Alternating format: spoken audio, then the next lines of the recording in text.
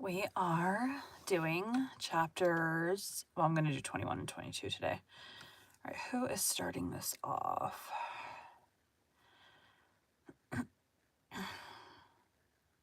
Rilla. I believe it's Rilla. Let's start straight off into a diary entry, so...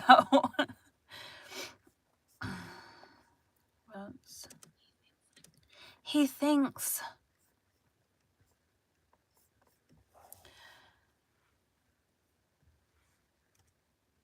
Today we'll be continuing Rilla of Ingleside by Lucy Maud Montgomery. Chapter 21. Love affairs are horrible. Ingleside, 20th June, 1916.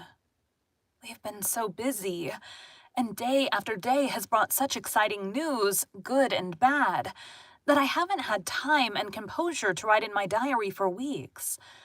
I like to keep it up regularly, for Father says a diary of the years of the war should be a very interesting thing to hand down to one's children.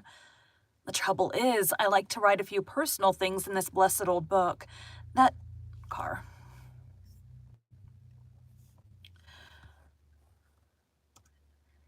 The trouble is, I like to write a few personal things in this blessed old book that might not be exactly what I'd want my children to read.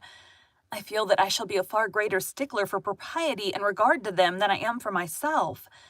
The first week in June was another dreadful one. The Austrians seemed just on the point of overrunning Italy.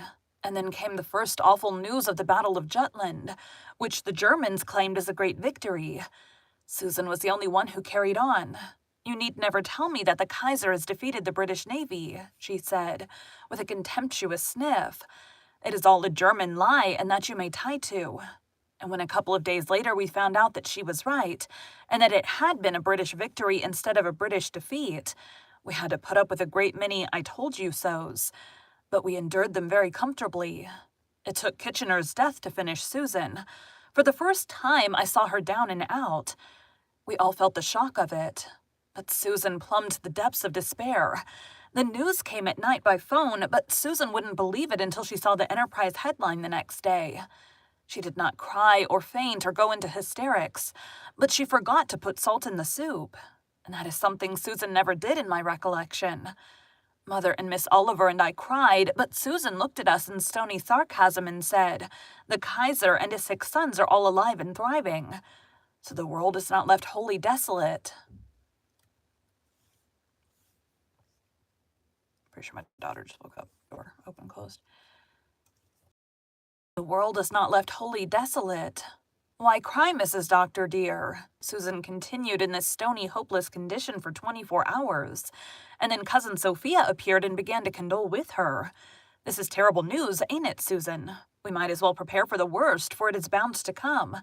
You said once, and well do I remember the words, Susan Baker, that you had complete confidence in God and Kitchener.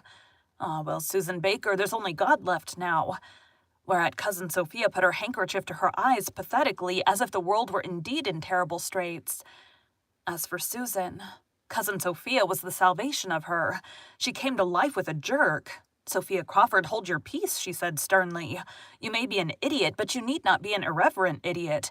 It is no more than decent to be weeping and wailing because the Almighty is the sole stay of the Allies now. As for Kitchener, his death is a great loss, and I do not dispute it. But the outcome of this war does not depend on one man's life, and now that the Russians are coming on again, you will soon see a change for the better." Susan said this so energetically that she convinced herself and cheered up immediately, but Cousin Sophia shook her head. "Albert's wife wants to call the baby after Brusiloff," she said, "but I told her to wait and see what becomes of him first. Them Russians has such a habit of petering out. The Russians are doing splendidly, however, and they've saved Italy. But even when the daily news of their sweeping advance comes, we don't feel like running up the flag as we used to do. As Gertrude says, Verdun has slain all exultation. We would all feel more like rejoicing if the victories were on the Western Front. When will the British strike? Gertrude sighed this morning. We have waited so long. So long.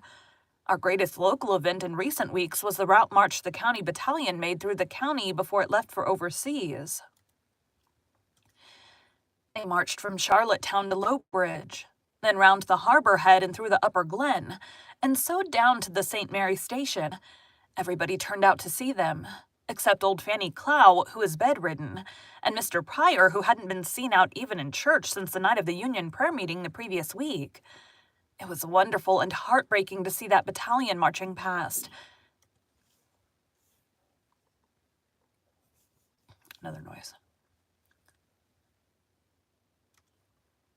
It was wonderful and heartbreaking to see that battalion marching past. There were young men and middle-aged men in it. There was Laurie McAllister from Over Harbor, who's only 16, but swore he was 18 so that he could enlist. And there was Angus Mackenzie from the Upper Glen, who is 55 if he's a day, and swore he was 44. There were 2 South African veterans from Lowbridge, and the 3 18-year-old Baxter triplets from Harbor Head. Everybody cheered as they went by.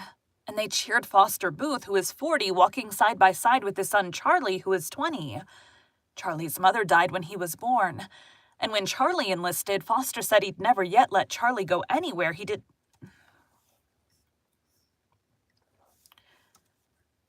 And when Charlie enlisted, Foster said he'd never yet let Charlie go anywhere he daren't go himself. And he didn't mean to begin with the Flanders trenches. At the station. At the station, Dog Monday nearly went out of his head. He tore about and sent messages to Jem by them all. Mr. Meredith read an address, and Rita Crawford recited the Piper address.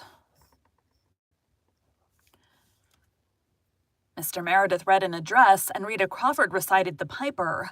The soldiers cheered her like mad and cried, "We'll follow, we won't break faith."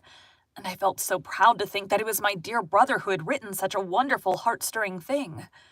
And then I looked at the khaki ranks and wondered if those tall fellows in uniform could be the boys I've laughed with and played with and danced with and teased all my life.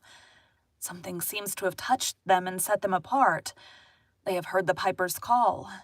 Fred Arnold was in the battalion, and I felt dreadfully about him, for I realized that it was because of me that he was going away with such a sorrowful expression. I couldn't help it, but I felt as badly as if I could. The last evening of his leave, Fred came up to Ingleside and told me he loved me and asked me if I would promise to marry him someday if he ever came back. He was desperately in earnest, and I felt more wretched than I ever did in my life. I couldn't promise him that. Why, even if there was no question of Ken, I don't care for Fred that way and never could. But it seems so cruel and heartless to send him away to the front without any hope of comfort. I cried like a baby, and yet, I am afraid that there must be something incurably frivolous about me, because right in the middle of it all, with me crying and Fred looking so wild and tragic, the thought popped into my head that it would be an unendurable thing to see that nose across from me at the breakfast table every morning of my life. There, that is one of the entries I wouldn't want my descendants to read in this journal, but it is the humiliating truth.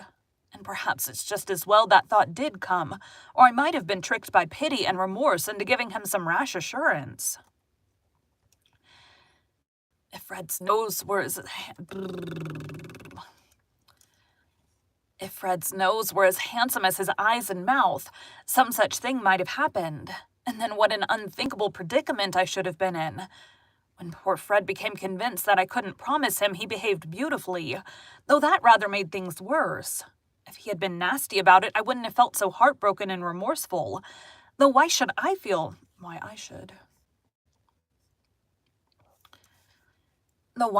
feel remorseful, I don't know. For I never encouraged Fred to think I cared a bit about him.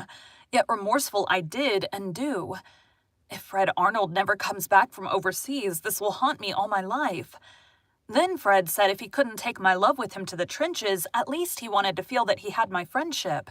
And would I kiss him just once in goodbye before he went, perhaps forever.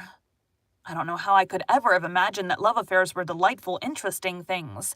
They are horrible.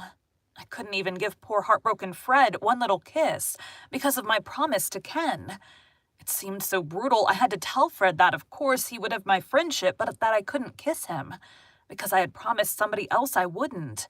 He said, Is it Ken Ford? I nodded. It seemed dreadful to have to tell it. It was such a sacred little secret just between me and Ken. When Fred went away, I came up here to my room and cried so long and so bitterly that Mother came up and insisted on knowing what was the matter. I told her. She listened to my tale with an expression that clearly said, "Can it be possible that anyone has been wanting to marry this baby?" But she was so nice and understanding and sympathetic. Oh, just so race of Josephy that I felt indescribably comforted. Mothers are the dearest things. But oh, Mother, I sobbed. He wanted me to kiss him goodbye, and I couldn't, and that hurt me worse than all the rest. Well, why didn't you kiss him? Asked Mother coolly. Considering the circumstances, I think you might have. But I couldn't, Mother. I promised Ken when he went away that I wouldn't kiss anybody else until he came back.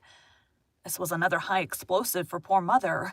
She exclaimed with the queerest little catch in her voice, "Rilla, are you engaged to Kenneth Ford?" "I don't know," I sobbed. "You don't know," repeated Mother.